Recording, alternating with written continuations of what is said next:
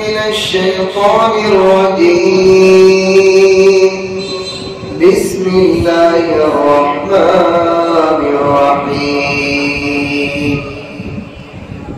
تلك القرى نقص عليك من أنبائها ولقد جاءتهم رسلهم بالبينات فما كانوا ليؤمنوا بما كذبوا من قبل كذلك يتبع الله على قلوب الكافرين. وما وجدنا لأكثرهم من أحد وإن وجدنا أكثرهم لفاسقين. ثم بعثنا من بعدهم موسى بآياتنا إلى فرعون وملئه فظلموا بها فانظر كيف كان عاقبة المفسدين. وقال موسى يا فرعون إني رسول من رب العالمين حقيق على أن لا أقول على الله إلا الحق قد جئتكم ببينة من ربكم فأرسل معي بني إسرائيل. قال إن كنت جئت بآية فأت بها إن كنت من الصادقين. فألقى عصاه فإذا هي ثعبان مبين ونزع يده فإذا هي بيضاء للناظرين. صدقت يا أرحم الراحمين. بارك الله لنا ولكم في القرآن العظيم ونفعنا وإياكم بالآيات والذكر الحكيم. ربي زدني علما رب اشرح لي صدري ويسر لي أمري واحلل عقدة من لساني يفقهوا قولي. আল্লাহ তাআলার নাম উপরে সকল সুজুদ। মহান রব্বুল আলামিন দয়া করে মায়া করে আমাদেরকে প্রতি সপ্তাহের ন্যায় কোরআন কারীমের তাফসীর পড়া এবং শোনা আমলের নিয়তে বসার তৌফিক দান করেছেন। হাজার মানুষ থেকে বাছাই করে আল্লাহ তাআলার কৃতজ্ঞতা আদায় করে বলি আলহামদুলিল্লাহ। আমার দিকে পাঠায় সেটা আপনার চোখে পানি দিচ্ছে। আল্লাহ তাআলা দয়া করে মায়া করে হাজার মানুষের ব্যস্ততা থেকে আমাদেরকে বাঁচাই করেছে। কোরআনের মজলিসে বসতে পারা আল্লাহ পাকের বড় ধরনের নিয়ামত। কত মানুষের কত ব্যস্ততা, কেউ টাকা গুনার ব্যস্ততা, কারো ঋণ পরিশোধ করার ব্যস্ততা, কেউ ক্রয় বিক্রয়ের ব্যস্ততা, কারো বিক্রয়ের ব্যস্ততা। কিন্তু যখন আমাদের সামনে আজরাইল এসে যাবে সব ব্যস্ততা শান্ত হয়ে যাবে। তখন ব্যস্ততা হয়ে যাবে আমাকে কিভাবে কবর করে কবরে পৌঁছানো যায়। দুনিয়ার কোনো মানুষ বলবে না না মরে গেছে 2 দিন আমরা লাগি, 1 সপ্তাহ আমাদের সাথে রাখি পরে মানে দিবেন, কেউ বলবে না। যত তাড়াতাড়ি সম্ভব তাড়াতাড়ি তারে মাটি ফেলে দিবা। এজন্য আল্লাহ তাআলা মানুষ আমাকে নিয়ে ব্যস্ত হওয়ার আগে আমি ব্যস্ততা ছেড়ে দেওয়া, দ্বীনের আমলে জড়ে যাওয়া, কোরআনের মজলিসে বসার চেষ্টা করা। আজ আমি সূরা আল-আরাফের 101 নম্বর আয়াত থেকে 8 নম্বর আয়াত 8টি আয়াত আমি তেলাওয়াত করেছি। এই আয়াতগুলোর মধ্যে আল্লাহ তাআলা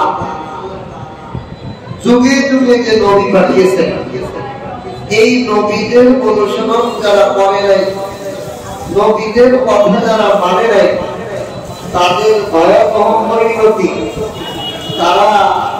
তাদের সবচেয়ে বড় পরিণতি হলো যে তাদের দিনটা আল্লাহ তাআলা ব্যাখ্যা করে দিয়েছে। তারা নবীদের সাথে নবীদের কথা না মানার কারণে তাদেরকে আল্লাহ এমন মকর দিন দিয়েছেন যে হাজারো মুজিজা, হাজারো কুদরত দেখার পরেও তারা ওইখান থেকে ফিরে আসতে পারে নাই, বরং কুফরি এবং অবাধ্যতার মধ্যেই পড়ে গেছে। এক নম্বর কারণ, নবীদের বিরোধিতার সবচেয়ে বড় শাস্তি সে হিদায়াত নসিব না। বর্তমান যুগে যারা আলেম ওলামা পিছে লাগে, তাদের কথাকে ভ্রুক্ষেপ না করে, আল্লাহ তাআলা এমন লোক আছে তাদের দিকে এমন ভক্ত করে দেয়, বলেও মসজিদে আসতে পারে না, বলেও বয়স হয়ে গেলেও গুনাহ ছাড়তে পারে না। আজকের এই 8টা আয়াতের মধ্যে এই বিষয়ে আলোচনা আছে। প্রথম আয়াতে আল্লাহ তাআলা বলেন, বিলকাল কুরআন নাকুসু আলাইকা মিন আনবাইহা ওয়া লাকাদ জাআকুম রুসুলুম বিল বায়িনাত।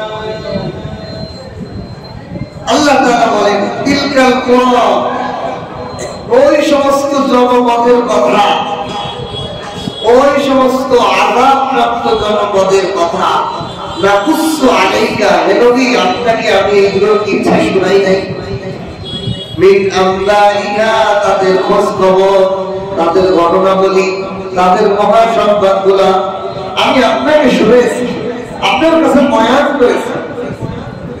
এদের অতীতের নবী রাসূলদের ঘটনা বলি, তাদের সাথে বেয়াদবি করছে যারা, তাদের কথা যারা মানে নাই, কাফেররা, তাদের ভয়াবহ ঘটনাগুলো আপনাকে আমি শোনাইনি। তাদের ঘটনা লিখতে হয়েছে, হযরত নূহ আলাইহিস সালামের ছেলের অবাধ্যতার ঘটনা শুনেছি। নূহ আলাইহিস সালামের জাতির অবাধ্যতা, 950 বছর ঈমানের দিকে দাওয়াত দেওয়া হয়েছে, মাত্র 80 জন মুসলমান হয়েছে, সব অবাধ্য। ভয়াবহ পরিণতি কি হয়েছে? আল্লাহ তাআলা তুফান দিয়ে সারা দুনিয়ার কাফেরদের মেরে ফেলেছে। লূত আলাইহিস সালাম, নূহ, সালেহ আলাইহিস সালাম, হুদ আলাইহিস সালাম, শুআয়ব আলাইহিস সালামের প্রত্যেক জাতি অবাধ্য কাফেরদের ঘটনাগুলো আল্লাহ নবীকে ওহীর মাধ্যমে আল্লাহ তাআলা সব ঘটনা শুনিয়েছেন। এই ঘটনাবলী গুলো না কোনো কিতাবে পাওয়া গেছে, না ইতিহাসের কিতাবে পাওয়া যায়, এগুলো একমাত্র আল্লাহ তাআলার ওহীর মাধ্যমে এই নবী জানছেন। তাহলে এখানে একটা জিনিস বোঝা যায়, অতীতকালে কি ঘটনা ঘটছিল এটা আমাদের সঠিকভাবে জানার কোনোই রাস্তা নাই ওহী ছাড়া।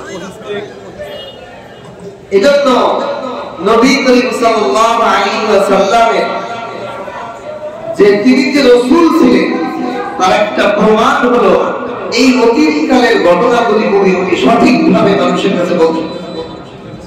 এটাই একটা প্রমাণ, এটাই একটা বড় মুজিজা এটা রাসূল হওয়া।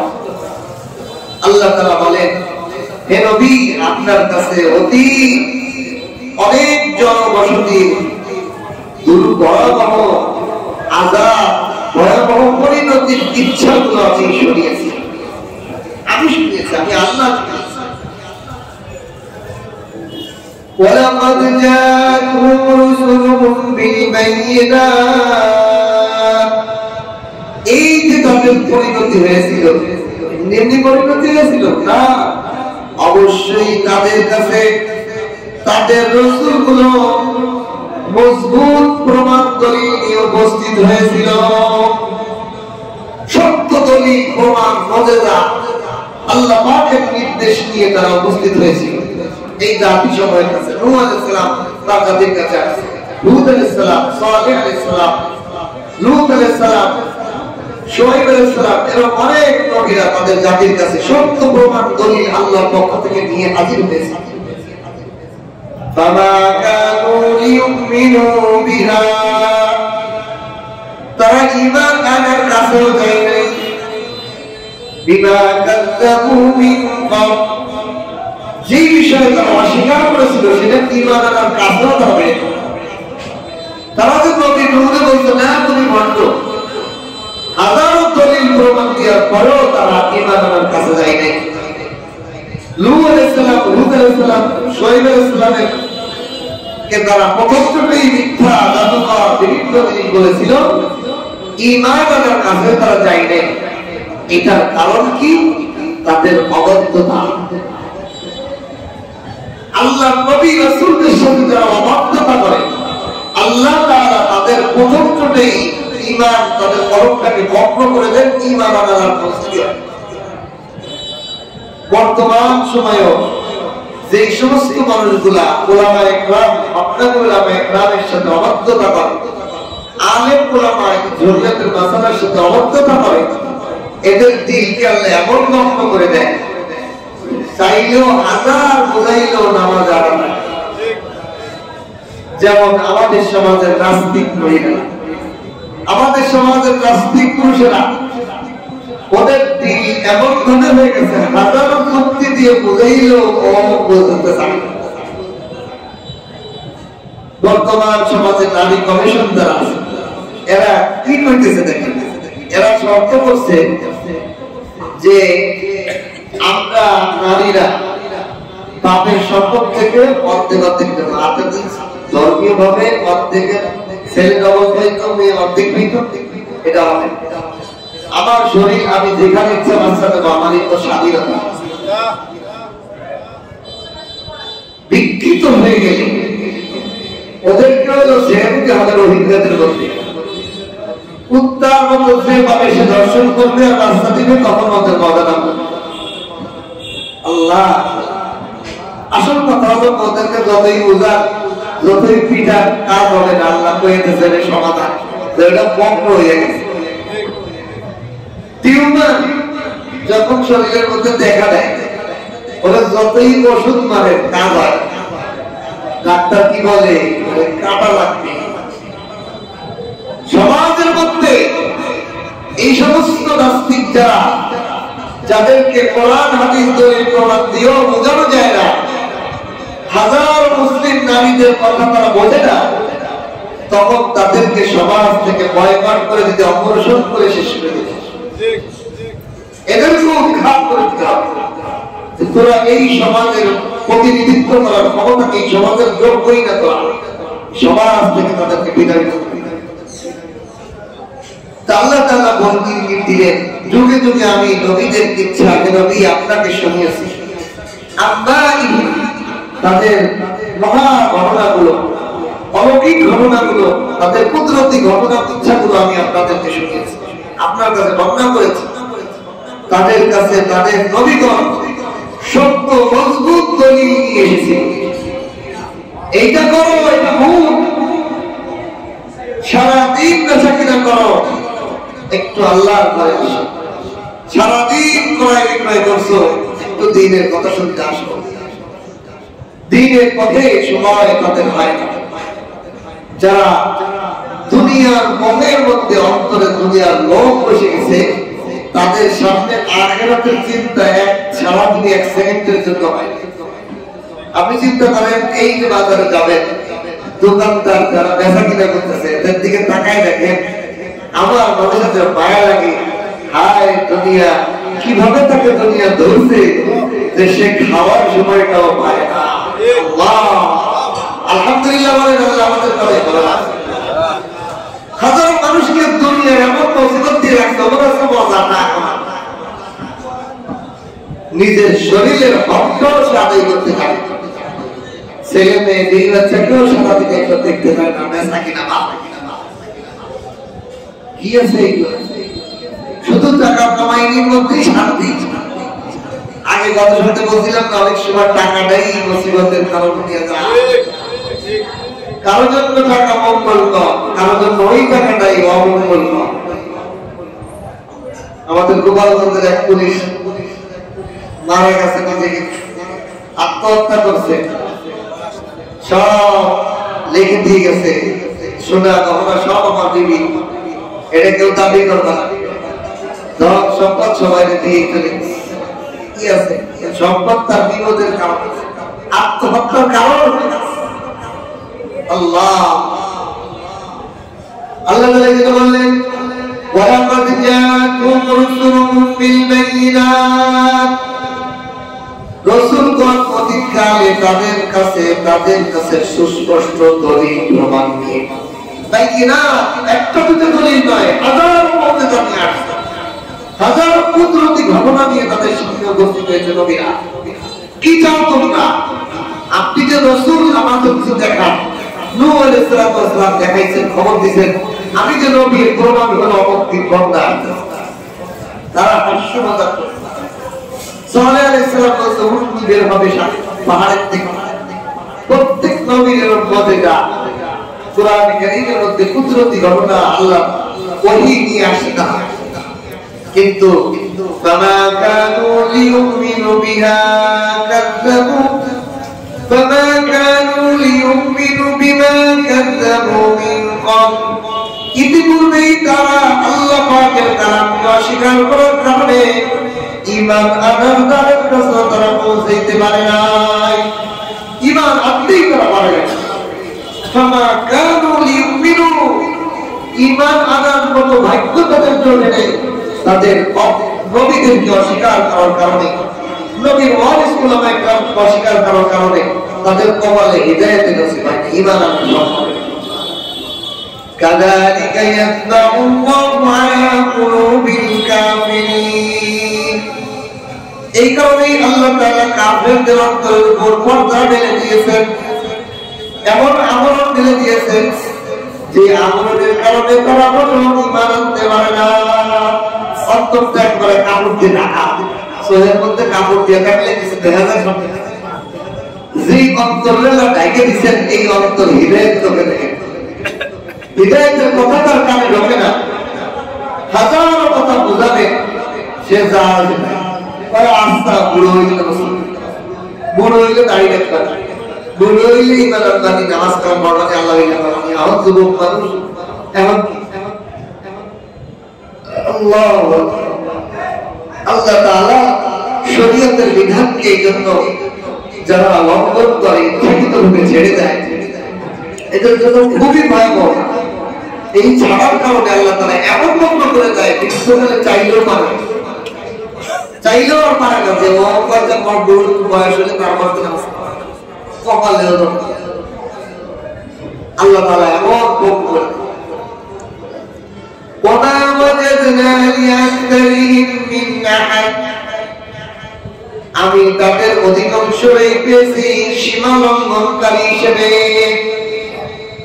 আল্লাহ পাকের হুকুমকে লঙ্ঘনকারী হিসেবে এই পূর্ববর্তী জাতিদেরকে পাওয়া। وما وجدنا, এই সমস্ত নবীদের যারা জাতি ছিল কাফের মুশরিক, এদের আমি অধিকাংশকেই পেয়েছি তারা প্রতিশ্রুতি পালন করতে পারে, আল্লাহ পাকের যে ওয়াদা ছিল তাদের জন্য, আল্লাহকে মানা, রব করে থাকা, আল্লাহর গোলামি করা, আল্লাহর ইবাদতই করা, এই প্রতিশ্রুতি তারা রক্ষা করতে পারে। এখন এই প্রতিশ্রুতি দুই ধরনের হতে পারে। আল্লাহ রূহ জগতে তাদেরকে বলছে, আলাস্তু বিরাব্বিকুম, আমি কি তোমাদের রব নই? তারা বলেছিল, বালা, অবশ্যই আমাদের রব। এখন এই রব তো দুনিয়ায় এসে রব পাবে মানেই না, তাহলে আল্লাহ তাআলার ওয়াদা তার রক্ষা করতে পারে, এটার দিকেই বেশি। দুই নম্বর হলো আল্লাহ তাআলা তাদেরকে যে নবী পাঠিয়েছিলেন, নবী শরীয়ত পাঠিয়েছিলেন, সেই আমানত তারা রক্ষা করে, ওয়াদা রক্ষা করতে পারে। নবী রাসূলুল্লাহ তারা অনেক জাতি চেয়েছিল আমাদেরকে নবী দিয়ে, কিতাব দে, আমরা মানবো। নবী এসে নবী দেবে না, কিতাব দিতে, কিতাব মানবে। এই জন্য আল্লাহ তাআলা বললেন, ওমা ওয়াজাদনা, আমি পাই নাই লিআকসারিহিম, তাদের অধিকাংশই বিন আহাদিন, ওয়াদা প্রতিশ্রুতি রক্ষা করে। وَإِنْ وَجَدْنَا أَكْثَرَهُمْ لَفَاسِقِينَ, তাদের অধিকাংশকে পেয়েছি সীমা লঙ্ঘনকারী হিসেবে। সীমা লঙ্ঘন করছে দুনিয়াতে এসে। আমার দুই চোখ যেদিক যায়, আমার যা মনে চাই তাই করবো, আমি স্বাধীন, মানে স্বাধীন বাঙালি। আমি আস্তাগফিরুল্লাহ। একজন ইমানদার কখনোই বলতে পারে না আমি স্বাধীন। কোন ইমানদারের কোন নামাজে ছুটি আছে, কোন ইমানদারের পর্দার ছুটি আছে, কোন ইমানদারের গুনাহ করার কোন ছুটি আছে, কোন ইমানদারের ফরজ তরক করার কোন ছুটি আছে, কোন ইমানদারের রোজা ছাড়ার কোন অনুমতি আছে, কোন ইমানদারের যাকাত ফরজ হলে যাকাত বাকি দেওয়ার সুযোগ আছে? তাই ইমানদার স্বাধীন হয়ে গেল। ইমানদার তো গোলাম, ইমানদার তো আল্লাহ তাআলার দাস। সেই প্রতিটা বিষয়ে আল্লাহর হুকুমের কথা আমাদের করতে। ইমানদার সর্ব অবস্থায় আল্লাহর হুকুমের সামনে নত থাকবে। সে মনে করবে যে আমি যে তাকাই এটাও আমার আল্লাহর হুকুমের বাইরে যায় কিনা, এই ভয় থাকে। আমি যা শুনি আমার শুনেটা আমার মালিকের অবগত না পেয়ে যায়, আমার দেখাটা যেন আমার মালিকের বিপরীত দেখাটা পেয়ে যায়, আমার চিন্তা চেতনা যেন আমার মালিকের হুকুমের বাইরে না চলে যায়, ওরে আমার বলা যেন আমার মালিকের অপছন্দের মতো বলা না পেয়ে যায়। ইমানদার প্রতিটা বিষয়ে মালিকের দিকে, মনিবের দিকে তাকায় থাকবে। মনিবের হুকুম কেমনে তামিল করবে, মনিবকে কেমনে খুশি করবে, তার চিন্তা চেতনা সব সময় প্রসারিত থাকবে। আমার নবী সবচেয়ে কষ্টের ঘটনা কি জানেন? আমরা মনে করি রাসূলের সবচেয়ে বড় ঘটনা হলো তায়েফের ময়দানে গেছেন। ওনার মামার দেশ হালিমাতুস সাদিয়ার দেশ, মামার বাড়ি, বাইকদের অনেক প্রাধান্যতা থাকে, অনেক সুযোগ সুবিধা থাকে, অনেক আবদার থাকে, ঠিক কিনা? রাসূল এই আবদার নিয়ে মামার দেশে গেলেন। মামার দেশের মানুষরা পাথর মেরে মেরে নবীকে আহত করে রক্তাক্ত করে ফেরত দিলে আমরা মনে করি এটা মনে হয় নবীর জীবনের সবচেয়ে কষ্টের। না, নবীর জীবনের সবচেয়ে কষ্টের হলো নবী আল্লাহর হুকুমের বাইরে কিছু করতে পারে না। নবীর সবচেয়ে কষ্ট হলো যা বলে আল্লাহ যা বলে তাই বলতে হয়, এর বাইরে বলা যায় না। নবী হাসবে তাও চিন্তা করে হাসতে হয়, নবী কাঁদবে তাও চিন্তা করে কাঁদতে হয়, নবী ওযু করে কাপড় হাত মুছবে তাও আল্লাহর হুকুম বুঝে চিন্তা করতে হয়। প্রতিটা পদক্ষেপে আল্লাহর হুকুম কত হচ্ছে কিনা চিন্তা করে চলা, এর থেকে কষ্ট লাগছে। এই জন্য নবী হলেন গোলাম, আব্দুহু ওয়া রাসূলুহু। আশহাদু আন লা ইলাহা ইল্লাল্লাহ ওয়া আশহাদু আন্না মুহাম্মাদান আবদুহু ওয়া রাসূলুহু। আমার নবীকে প্রথমে রাসূল বলা হয় নাই, আপনারা এটা কথা পড়ি না? আশহাদু আন্না মুহাম্মাদান, মুহাম্মদকে তার পরিচয় হলো সর্বপ্রথম সে গোলাম, দাস। কেমন দাস? আল্লাহর হুকুম ছাড়া একটা কথাও তিনি বলতেন না। আল্লাহর দিনে আসলে উনি কিছু বলতেন না, চুপ থাকতেন, না জানি কোনো ভুল কথা হয়ে যায় কিনা। এইটা মেনটেন করা সবচেয়ে বড় কষ্ট। রাসূলের কিছু হাদিস শুনাইতে বলছেন। এক সাহাবী রাসূলুল্লাহ সাল্লাল্লাহু আলাইহি ওয়াসাল্লাম ওযু করছেন, তোয়াইলে আগায় দিয়েছেন, রাসূল মাসও করছেন। সাহাবী এটা দেখছেন, তাহলে কি শিখতে চান? ওযু করে মুছতে হয়। রাসূলের কথায় টেনশন হয়ে গেল, আমি যদি এই অবস্থায় মারা যাই আমার উম্মতের জন্য সুন্নাত হয়ে গেল, ওযু করে মুছতেই হবে। কিন্তু গরমকালে অনেক মুসল্লিদের মনে হয় না মুছলে শরীরে পানি থাকলেই ভালো লাগে। সুতরাং রাসূল যখন দ্বিতীয়বার ওযু করলেন, সাহাবী তোয়াইলে দিলেন, রাসূল বলেন না, ইয়া রাসূলুল্লাহ মুছলেন না কেন? কয়েক মুসাও রাসূল ভালো, না মুসাও তেমন ভালো। এই জন্য রাসূল যদি একটা আমল করতেন তাহলে উম্মত সারা জীবন ওই আমলই করা লাগতো, বিপরীত যাতে না। এখন দেখেন শীতের দিনে যদি আপনি না মুছে থাকেন কত কঠিন।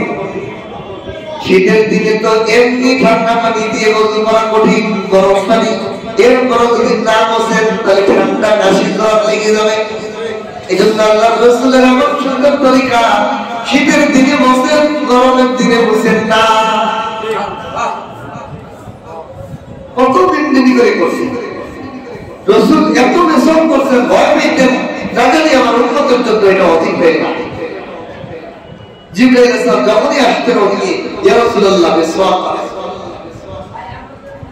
তাহলে রাসূল আল্লাহর গোলামি এমন ভাবে করতেন যে গোলামির একটু কষ্ট না হয়, এভাবে চলাই হলো রাসূলের জন্য সবচেয়ে কষ্ট।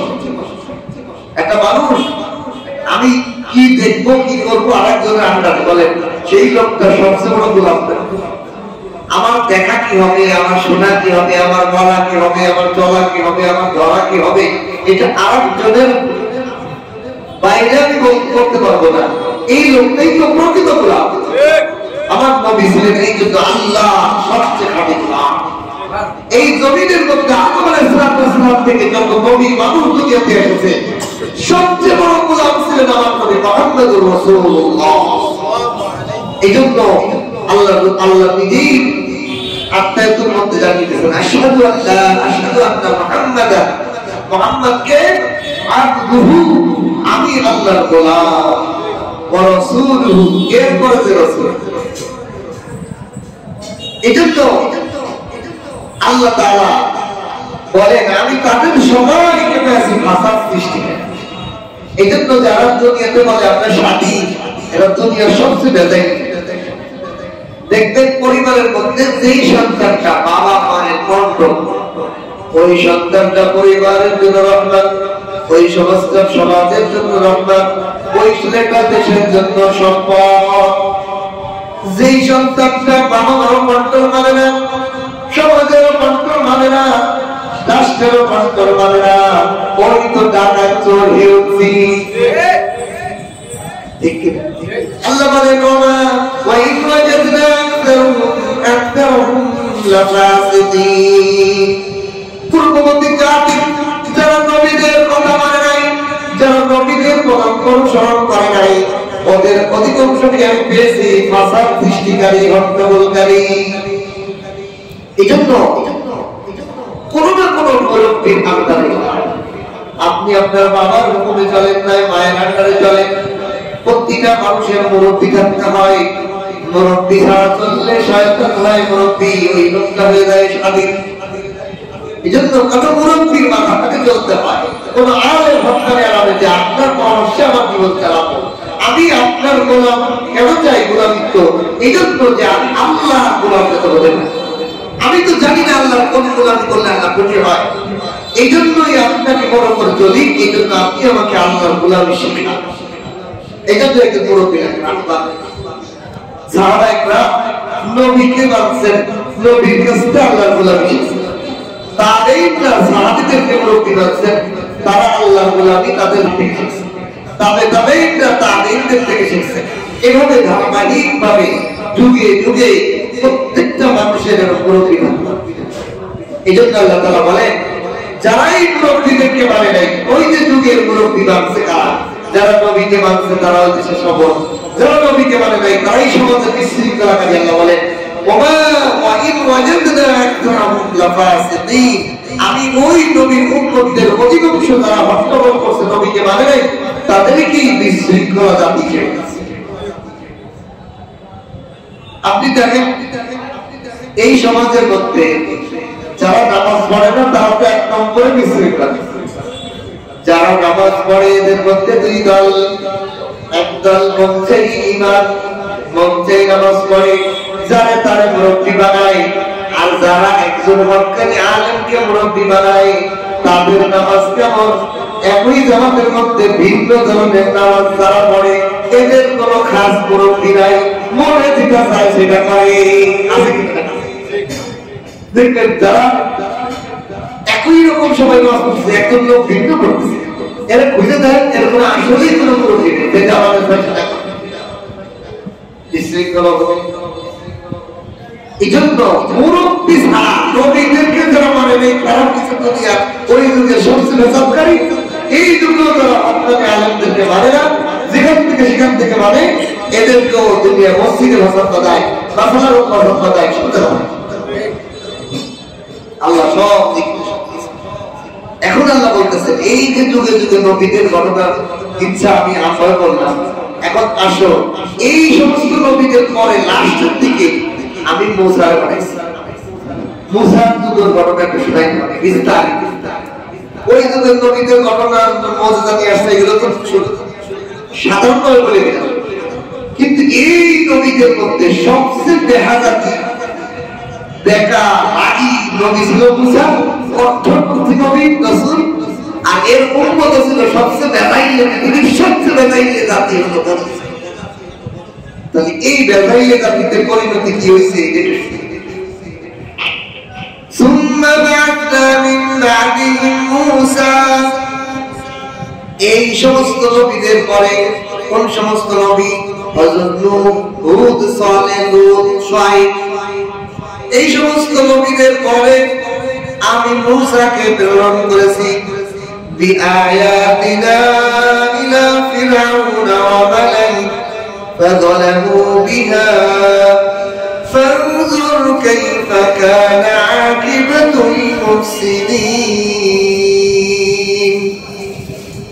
আমি এই সমস্ত নবীদের পরে মূসাকে কঠোর মজবুত মুজিজা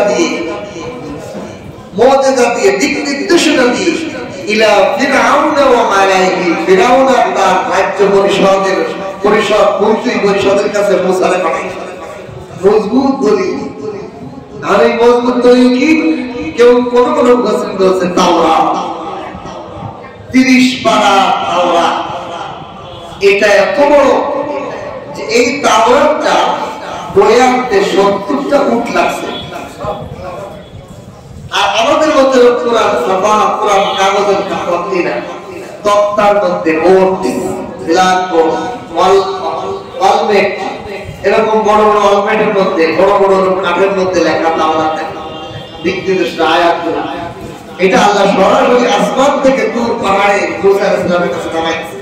ওইটা বয়ে আনতে কতটা উট লাগছে? 70টার মতো উট লাগছে। এই রকম একটা জবরদস্ত দলিল প্রমাণ দিয়ে আমি ফিরআউনের কাছে পাঠাই। আর কেউ মুসাফির মুফাসসির বলছে না, আল্লাহ পাক মুসাকে কিছু মুজিজা দিয়ে পাঠাইছে। এই মুজিজার ঘটনা সামনে আসবে, তাতে বোঝা যায় মুজিজা। আমি মুসাকে এই সমস্ত নবীর পরে ফিরআউন এবং ফিরআউনের মন্ত্রী পরিষদের কাছে পাঠাইলাম। ফাযলামু বিহা, তারা মুসার কথা অস্বীকার করে। মুসা আলাইহিস সালাম বলল, ফিরআউন তুমি জানার হক আল্লাহ, আমি আল্লাহুল কাবীর, আমি বড় খোদা দাবি করছো, ভুল করছো। তুমি আল্লাহ না, আল্লাহ হলো যিনি আমাকে বানানো ওয়ালা, তোমাকে বানানো ওয়ালা, সিদ্ধান্ত নিয়ে চালানো ওয়ালা আল্লাহ। ফিরআউন আর ফিরআউনের পরিষদ অস্বীকার করলো। ফিরআউন বলল আমি খোদা, মন্ত্রী পরিষদ বলল আমরা বলছি আমি খোদা। নাউযুবিল্লাহ। কত বড় মারপার, কত বড় জালেম! তাহলে পৃথিবীতে সবচেয়ে বড় জালেম হলো নিজেই খোদা দাবি করছে। ফানজুর কাইফা কানা আকিবাতুল মুফসিদিন। এই ফিরআউনের জাতি, এই ফাসাদকারী জাতি ভয়াবহ পরিণতি তোমরা কি লক্ষ্য করো নাই? তোমরা কি দেখো নাই নাকানি চুবানি দিয়ে আল্লাহ তাআলা তাদেরকে লোহিত সাগরের মধ্যে কেমনে ডুবাই মারছে? কেন মারছে? এর হিস্টোরি আছে। কি হিস্টোরি? ফিরআউন যখন জনগণের কাছে দাবি করলো যে আমি হলো তোমাদের খোদা, জনগণ ভোট দিয়ে ওখানে পাশ করে। তো ওই সময় নীল নদের পানি শুকায় গিয়ে তো আবার, তো জনগণের পানির প্রয়োজন করলো, তুমি তো আমাদের খোদা, নীল নদের পানি এনে দাও। খোদা যে দাবি করছো, পানি এনে দাও, পানি এনে দাও আমাদেরকে। তো ফিরআউন তো বেভাগে পড়ে গেল। খোদা দাবি করছে, তো খোদা ভোট পাইয়ে তো আমি খোদা হয়ে গেলাম, কিন্তু পানি দেওয়ার ক্ষমতা তো আমার আল্লাহ দেয়। চিন্তায় পড়ে গেল কি করা যায়। আচ্ছা ঠিক আছে, তোমরা জনগণ যাও, আমি ভাবি চিন্তা দেখতেছি কি করা ব্যবস্থা করতে। জনগণ চলে গেছে। ফিরআউন তার গোলামকে নিয়ে, গাধাকে নিয়ে পাহাড়ের ভিতর চলে গেছে। পাহাড় চূড়ার মধ্যে একটা গুহার মধ্যে যে সিজদায় হয়ে গেছে। ফিরাউন সিজদায় পড়ে বলে, আল্লাহ, জনগণের কাছে আমি খোদা দাবি করেছি, জনগণ ভোট দিয়ে আমাকে খোদা বানাইছে, এই খোদার মজাটা আমার দুনিয়াতে ভোগ করার তৌফিক দেন, আখিরাতে যত হইলেন আমার পিটায়ে কমাল করা। তাহলে বোঝা যায় আল্লাহর কাছে যদি কেউ অবাধ্য দোয়া করে সেই দোয়া আল্লাহ কবুল করে। আল্লাহ, কি ভয়াবহ দোয়া! এই দুনিয়াতে আমাকে খোদাগিরি করার সুযোগ দেন, আখিরাতে যত ইচ্ছা করেন আমার পিটায়। এই কথা বলেছি তাই বলে কান্নাকাটি করি কোন রকম করে যখন পাহাড়ের পথ বেরিয়েছি নীল নদের মধ্যে পানি এসে হাজির। তাফসীরের ভাষায় লেখে যে আল্লাহ তাআলা ফিরাউনকে এমন ক্ষমতা দিয়েছিল বাবা ওই দোয়ার কারণে যে ওর চাইলে নীল নদের পানি শুকায় দিত, ওর চাইলে আমার নীল নদের পানি পড়ে দিত, ওর কথায় জোয়ার ভাটা আসতো নীল নদে। তাহলে আল্লাহর কাছে একজন কাফেরের দোয়া যে কবুল হয় এটা তারা প্রমাণ করে। তাহলে আমি আপনি যে আল্লাহর ইমানদার একজন বান্দা, যত গুনাহ করি না কেন আল্লাহকে যদি বলি ওগো আল্লাহ দোয়ার মধ্যে আপনার এত বড় নাফরমান, এত বড় পাপিষ্ঠ আপনার খোদাত্ব নিয়ে টানাটানি করছে ফিরাউন, সেই ফিরাউন যদি দোয়া করলে আপনি দেন, আমি গুনাহগার বান্দারে কেন দিবেন না? দোয়ার অনেক কথা আছে, এই কথার প্রবন্ধ কবুল। ফিরাউন যখন এই খোদাগিরি পেয়ে গেছে আল্লাহর পক্ষ থেকে ফয়সালা এসে গেছে, জিবরাইল আলাইহিস সালাম হাজির মানুষ রূপে, মহোদয় আমার একটা বিচার করে দেন। কি বিচার? আমার বিচার হলো আমার গোলাম আমাকে মনিব মানে না, নিজেই মনিব দাবি করে। কত বড় তোমার গোলাম, তোমার গোলাম তোমার মনিব মানে না? ওরা তো এই নীল নদের মধ্যে টাকা নিচু মানি খেয়ে মারবো। এই ফয়সালাটা একটু কাগজে লিখে দেন, লিখতে পারবি লাগবে না, না না আপনার ফয়সালা মানুষ রূপে জিবরাইল লিখে দিলেন। ফিরাউন লিখে দিল যে গোলাম মনিবকে মনিব মানে না, নিজেই মনিব দাবি করে, তাকে টাকা নিচু মানি দিয়ে মারা। ইতি সিগনেচার ফিরাউন। এটাই রেখে দিয়েছেন জিবরাইল আলাইহিস সালাম। আল্লাহ সৃষ্টি করেন। যখন বনি ইসরাঈলরা নদী পার হয়ে গেছে, ফিরাউন টাকা নিচু মানি খেয়ে ডুবে মরতেছিল, তখন জিবরাইল দেখাইলো, দেখো তোমার ফয়সালা অনুযায়ী তোমার এখন টাকা নিচু মানি খেয়ে মারা। সেই গোলাম প্রভু তুমি যে মনিবকে মনিব। তো ফিরাউন এইরকম ভাবে ফানজুর কাইফা কানা আকিবাতুল মুফসিদিন, জমিনের মধ্যে যারা ফাসাদ সৃষ্টি করে, হট্টগোল করে, অনর্থক সৃষ্টি করে, আল্লাহর কালাম নবীর হুকুম আল্লাহর হুকুমের অবাধ্য চলে, তাদের পরিণতি কেমন হয়েছিল ফিরাউনের জাতিকে। وقال موسى يا فرعون إني رسول من رب العالمين। موسى عليه السلام বললেন, হে ফিরাউন, ইয়া ফিরাউন ইন্নী রাসূলুন, আমি একজন রাসূল, মির রাব্বিল আলামিন, বিশ্ব জগতের প্রতিপালকের পক্ষ থেকে আমি রাসূল হিসেবে তোমাদের কাছে আসছি। ফিরাউনের দরবারে বললেন, ও ফিরাউন, আমি মুসা একজন রাসূল, তোমার কাছে বিশ্ব জগতের পালনেওয়ালা, তুমি পালনেওয়ালা না, সারা বিশ্বের কায়নাত পালনেওয়ালা রবের পক্ষ থেকে আমি রাসূল হিসেবে তোমাদের কাছে। এবং রাসূলদের গুণ কি? হাকিকুন আলা আল্লা ইয়াকুনা আল্লাহু ইল্লাল হক। রাসূলরা কখনোই আল্লাহর উপর কোনো মিথ্যা কথা বলতে পারে না। রাসূলরা আল্লাহর পক্ষ থেকে আমানতকৃত কথা নিয়ে এসে যা আল্লাহ থেকে বলা হয় ওর বাইরে কোনো অনর্থক কথা, হক ছাড়া বাতিল কথা বলতে পারে না। রাসূলরা আল্লাহর নির্দেশই মানুষের কাছে পৌঁছে দেয়, তাদের গ্যারান্টি হলো তারা মিথ্যা কথা কখনো বলতেই পারে না। ফিরাউন কয়, তারপর আল্লাহ মুসা আলাইহিস সালাম বলেন, "কদ জিতুকুম বিবাইনাতিন মিন রাব্বিকুম", আমি তো তোমার কাছে এসেছি, তোমাদের কাছে এসেছি বিবাইনাতিন, মুজিজার সাথে করে, মিন রাব্বিকুম, তোমাদের রবের পক্ষ থেকে। ও ফিরাউন, তোমাদের রব তোমাকে যে লালন পালন করে সেই রবের পক্ষ থেকে আমি কুদরতি মুজিজা নিদর্শন নিয়ে আমি তোমাদের কাছে হাজির হয়েছি। আমি যে রাসূল সত্য রাসূল, আমি নিদর্শন আলামত নিয়ে এসেছি। তোমরা তো অস্বীকার করতে পারো, আমি নিদর্শন আলামত নিয়ে এসেছি, আমি যে রাসূল এটা নিদর্শন নিয়ে এসেছি। সুতরাং ফারসিল মাইয়া বনি ইসরাঈল, সুতরাং আমার সাথে বনি ইসরাঈলদেরকে ছেড়ে দাও। তুমি যে দান বানায় রাখছো, এদেরকে গোলাম বানায় রাখছো, এদেরকে আমার সাথে দিয়ে দাও, আমি এদের থেকে নিয়ে সামনে চলে যাব। এই কথাটা বোঝার জন্য আগে স্টোরি বুঝতে হবে। ইউসুফ আলাইহিস সালামের 11 জন ভাই, এই 11 জন ভাই ওনার বাবা ছিল ইয়াকুব নবী। কিন্তু শাম দেশের কেনান প্রদেশে বসবাস করত। শাম দেশের কেনান একটা গোত্র এলাকা, শাম দেশের কেনান এলাকায় বসবাস করত।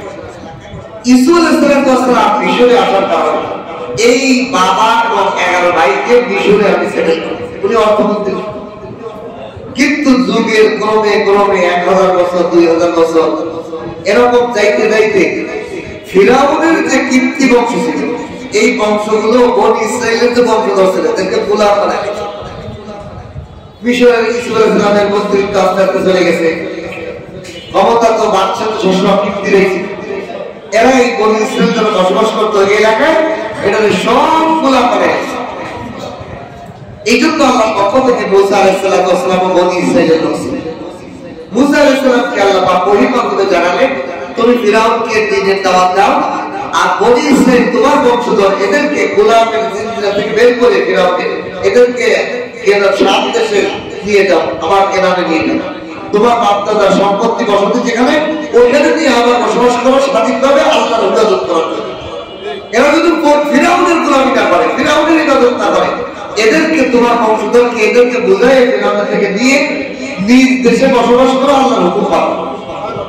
এখান থেকে বোঝা যায় যেই এলাকায় বসবাস করলে, যেই বাড়ি যেই ঘরে যেই এলাকায় বসবাস করলে আল্লাহর হুকুম পালন করতে বাধা, ওখান থেকে হিজরত করো।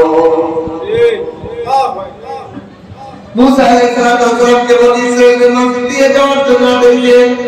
ওটাই ফিরাউনকে বলতেছেন, ফারসিল মাই, হে ফিরাউন তুমি পাঠিয়ে দাও আমার সাথে বনি ইসরাইল, বনি ইসরাইলদেরকে। বনি ইসরাইল মানে ইসরাইল হলো ইয়াকুব আলাইহিস সালামের অপর নাম। ইয়াকুব আলাইহিস সালাম আরেকটা নাম ছিল ইসরাইল। ইসরাইল হলো হিব্রু শব্দ, হিব্রু শব্দের অর্থ হলো আব্দুল্লাহ, আল্লাহর গোলাম। আল্লাহ গোলাম, তার ইসরাইল শব্দের অর্থ হলো বাংলা ভাষার অর্থ হবে আল্লাহর গোলাম। এটা হিব্রু ভাষার শব্দ। এই বনি মানে হলো সন্তান। তাহলে ইয়াকুবের নাম, ইয়াকুব আলাইহিস সালামের নাম ছিল আব্দুল্লাহ, আল্লাহ গোলাম। ইসরাইল, ইসরাইলের সন্তানেরা, এরাই হলো বনি ইসরাইল। ইয়াকুবের সন্তানেরা, তো উনি বললেন ইয়াকুবের সন্তানদেরকে আমার সাথে দিয়ে দাও। ফিরাউন এখন বলে, তুমি যে আমার কাছে এই যে দাওয়াত নিয়ে এসেছো, তুমি নিদর্শন নিয়ে এসেছো, দাবি করেছো, তুমি বনি ইসরাইলদেরকে নিয়ে যাও। এই বনি ইসরাইল আমার খেত, আমার বিল্ডিং, গ্রামীণ সব বানায়। আরেকটা মজার কথা হলো, এই মুসা আলাইহিস সালামের যুগে যে ফিরাউন ছিল, এই ফিরাউনের নাম ছিল কাবুস। ফিরাউন এটা একটা পদবি, যে প্রধান বাদশা তার নাম ফিরাউন। ফিরাউন ফিরাউন ব্যক্তির নাম ছিল না, যেন প্রধানমন্ত্রী একটা পদ। প্রধানমন্ত্রী খালেদা জিয়া হয়েছে, প্রধানমন্ত্রী তারেক জিয়া হয়েছে, জিয়াউর রহমান হয়েছে, শেখ মুজিবুর হয়েছে, হাসিনা হয়েছে, এখন ডক্টর ইউনূস হয়েছে প্রধান। এই প্রধানমন্ত্রী যে হয় তাকে প্রধানমন্ত্রী পদ দিতে থাকে, তার প্রধানমন্ত্রী। ফিরাউনের একটা পদ।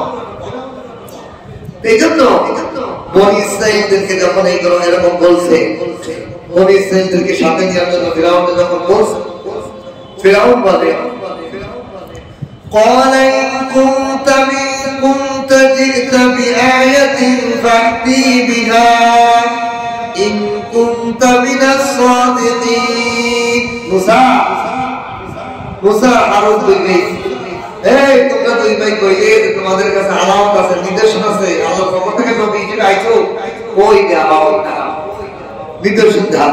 ইন কুনতা জিতা, যদি তোমরা নিয়ে এসে থাকো আয়াতিন কোন নিদর্শন, ফাতি বিহা, আমার সামনে নিয়ে আসো, না বের করে নিয়ে আসো।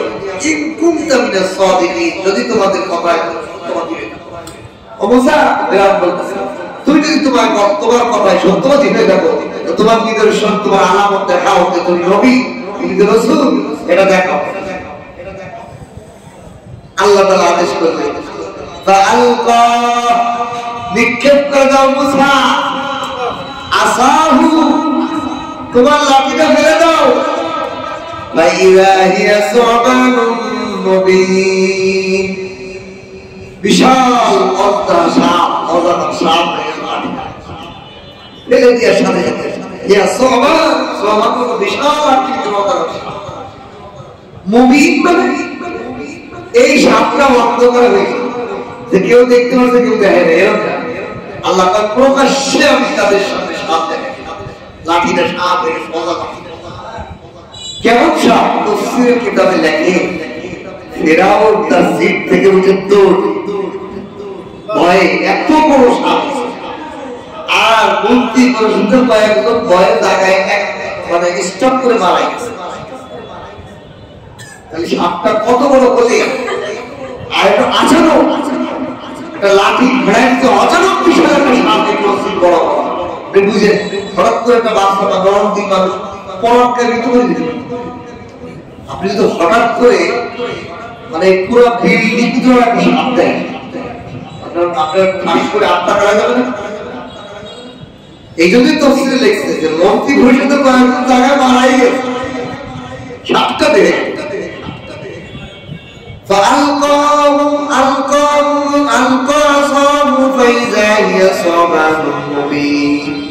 প্রকাশ্যে এত বড় একটা সাপ হয়ে গেল। মুসা ইসলাম আমার সাপের গায়ে ধরলেন, আমার ফিরে আসলো। সঙ্গে সঙ্গে সঙ্গে সঙ্গে তারা হতভম্ব হয়ে গেল, কি নিদর্শন নিয়ে আসছে। এটা একটা ভয়াবহ নিদর্শন। 2 নম্বর নিদর্শন নিয়ে আসছে কি?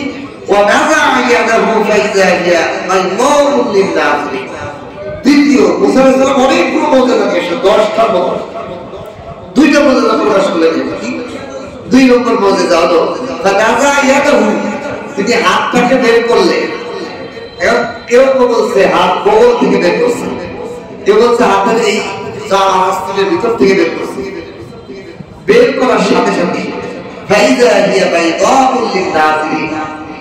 শুভ্র জগত চকমক করা আলো, ঝলমল করা নূরের আলো হাতের মধ্যে থেকে ঝলমল, পুরা এলাকাটা আলোকিত হয়ে গেছে।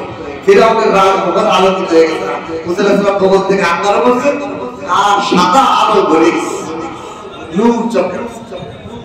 এই মর্যাদা দেখাইছে। এখন মুফাসসিররা একটা বলেন, এই 2টা মর্যাদা কেমন দেখেন? দেখেন আল্লাহ পাকের একটা উসুল আছে। মানুষ যে পিটায় আমল করাই আল্লাহ গ্রহণ করে। কারো যদি আপনি 12 বড় নামাজ পড়ান আর সে বাড়ি খাওয়ার ভয়ে নামাজ পড়ে, আল্লাহর খাতায় এই নামাজ হয়। আবার যদি না পিটান তাহলে মানুষ নামাজও পড়ে না। তাহলে মানুষকে দিনের কথা আনার তরিকা পুরো কোরআনের মধ্যে এই তরিকা বলা আছে। 1 নম্বর হলো জাহান্নামের ভয়, ভয় প্রদর্শন। 2 নম্বর হলো আশা। তাই এই 2টার মধ্যে যাও এই দিকে দিয়ে বসে। 1 নম্বরে সাপ দিয়ে ভয়। মুসলমান বিকে বল এত সাপ মারা যায়। মুসলমান বিকে দেখ কত বড় সাপ, আর এত বড় সাপ রয়েছে জাহান্নামের মধ্যে। এজন্য কোন কোন মুফাসসির বলছেন এই যে মুসা আলাইহিস সালাম যে লাঠিটা সাপ হয়েছিল, কবরের মধ্যে যে 99টা সাপ হবে, এর একটা স্যাম্পল মুসা নবীর লাঠি করতে বেলা যায়। যে এক একটা সাপ দেখে মন্ত্রী পরিষদের মানুষ কয়েকজন জায়গায় কাঠ ফেলে করে মারা গেছে। তাহলে সাপটা কত ভয়ানক চিন্তা করা যায়। ছোট সাপ, স্বাভাবিকই মানুষ 3.5 সাপ দেখলে কানায় যায়। ধীরে সাপ একটা বাড়ছে, কত বড় বিষ, কত বড় 3.5। মানুষ সাপ তো দেখছি বলছি একটু মোটা হয়ে যায় 3.5, তাই না? 6টা হারাম হয়ে যায়। আর সেখানে যদি এই ঘরের মতো বড় অবস্থা, হঠাৎ করে একটা লাঠি ফেলাইছে, বিশাল অবস্থার সাপ, 8টা কালায় তো আপনাই বলছে যে আমি সব করে যাব। এই জন্য মুসা আলাইহিস সালাম এই সাপের মধ্যে দেখাইলেন। 2 নম্বরে হলো আশা সংসার, বগল থেকে হাত বের করলে নূর চমকাইতেছে, আলো ঝলমল, দেখতে ঝলমল আলোর দিকে সবাই আগায়, কি সুন্দর ভালো লাগে। আশা সংসার, এই দুইটা মুজিজা দিয়ে ফিরাউনকে বুঝাইলেন, এই দেখো আমি মুজিজা কুদরত নিয়ে আসছি। কিন্তু কপাল পোড়া গেল, হিদায়াত কপাল পোড়া, সে এটার বিভ্রান্ত জাদুকর করে, বড় ধরনের জাদুকর মুসা। মুসা যাইতেই জাদুকর না, সাহিরুল আলীম বলছে, মহা জাদুকর সে। কারণ এই স্বাভাবিক জাদুকরটা এমন দেখতে হবে না, এ তো মহা জাদুকর, মানে তারাও স্বীকৃতি করছে এটা সাধারণ জাদুকর না, এটা জাদুকরদের আরো 10 গুণ বড় জাদু। আল্লাহ তাআলা এই ঘটনা আজকে বলতে চান, এই ঘটনার মাধ্যমে আমাদেরকে জানাইলেন, দেখো পৃথিবীতে যত নবী আছে, এই নবীদের মধ্যে সবচেয়ে কঠোর কোন নবী, তার উম্মতের উপর কঠোর ছিলেন মুসা। আর যত বেহাল উম্মত আছে, সবচেয়ে বেহাল উম্মত ছিলেন বনী ইসরাঈল। সেই জাতিরও পরিণতি কি ভয়াবহ হয়েছিল, তাদের কিচ্ছাগুলো আল্লাহ ধারাবাহিক বর্ণনা করবেন যে তারা কত বিয়াদবি করছে নবীর সাথে, কত বড় বড় শাস্তি তাদেরকে দিয়েছিল। ও তুমি উম্মতে মুহাম্মাদের উম্মতেরা, ও নবী মুহাম্মাদের উম্মতেরা, তোমাদের কাছে আর নবী আসবে না, তোমাদের সামনে হক্কানি উলামায়ে কেরাম থাকবে, তাদের সাথে বিরোধিতা করো না, তাদের কথা মেনে চলো, তাদেরকে মুরব্বি মেনে চলো, মন চাই চলো না, তোমাদের উপরে এরকম আযাব বসবে। 1 নম্বর আযাব হলো তোমাদের অন্তরের উপর পর্দা মেলে দেওয়া হবে, তোমরা যে আলেমদের বিরুদ্ধে করো, তোমাদের দিলের মধ্যে এমন পর্দা দেওয়া হবে যে ইসলাম হিদায়াত দ্বীন গ্রহণ করার মাত্রাই তোমার থাকবে। অনেক মানুষ আছে না, না খাইতে খাইতে পেটের মধ্যে এমন একটা অবস্থা হয়েছে যা তাই বলি আছে কি। এই জন্য আল্লাহ তাআলা ওই তার অন্তরের মধ্যে এমন একটা পর্দা দিয়েছে, তারা হিদায়াত গ্রহণ করা উঠবে পড়ে বকি হয়ে যায়।